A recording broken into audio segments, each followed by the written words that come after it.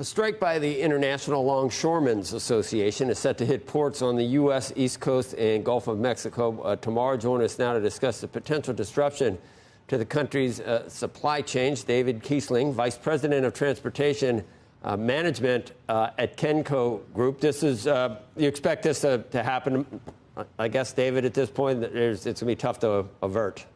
Yes, I don't think that there's been anything in the last 24 hours that says that either side is ready to negotiate. And I think, at the end of the day today, we'll see some activity tomorrow morning. What's the total percentage of goods that are covered by the ports that are going to see strikers across the U.S.? I mean, can the slack be taken up by other ports?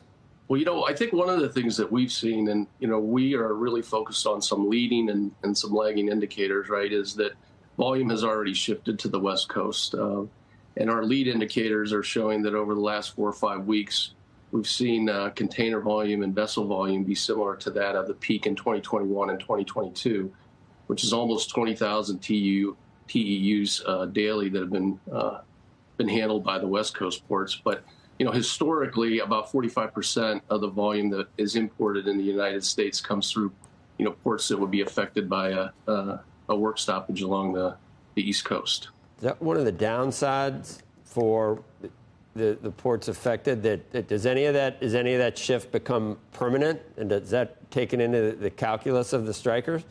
I think that's an interesting thing, right? When you look at the industries that are affected, clearly automotive industry is affected, automotive assembly components in particular, right?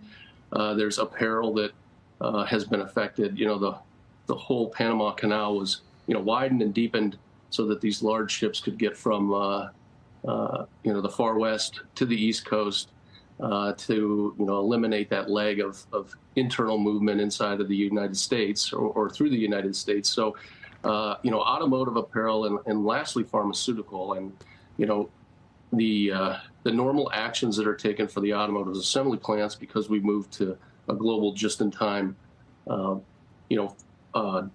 production model is that they may air freight in the short term. They may also pull forward some of those scheduled shutdowns. Obviously, from an apparel standpoint, it's more specialty retail rather than general merchandise like T-shirts, socks and underwear, right? And then pharmaceuticals, there's a big impact there because we need to monitor closely how that might impact patient care. But also, let's not forget about exports. Specifically pork and beef. Our ranchers here in the United States, they rely heavily on consistent volume of vessels being available to load for export. I can see how some of this would be both inflationary and deflationary if you're not exporting, just depending on what's more affected. Correct. And, if you've read anything lately, everybody's talking about the price of bananas, right? In particular, that's clearly an import. But there could be some deflation as it relates to supply and availability of some, items, including pork and beef that may not be exported like they normally are today. You also said, what's the long-term impact? And I think, what we've learned from COVID is that, nearshoring continues to be an option. I think moving manufacturing, internally domestic to the United States obviously becomes an option as well. And I think what we've seen is, there's significantly less friction and complexity from a trade compliance standpoint when we move to Mexico or Central America, when goods continue to be manufactured outside of the U.S., but are then ended up consumed, here inside. David, thank you.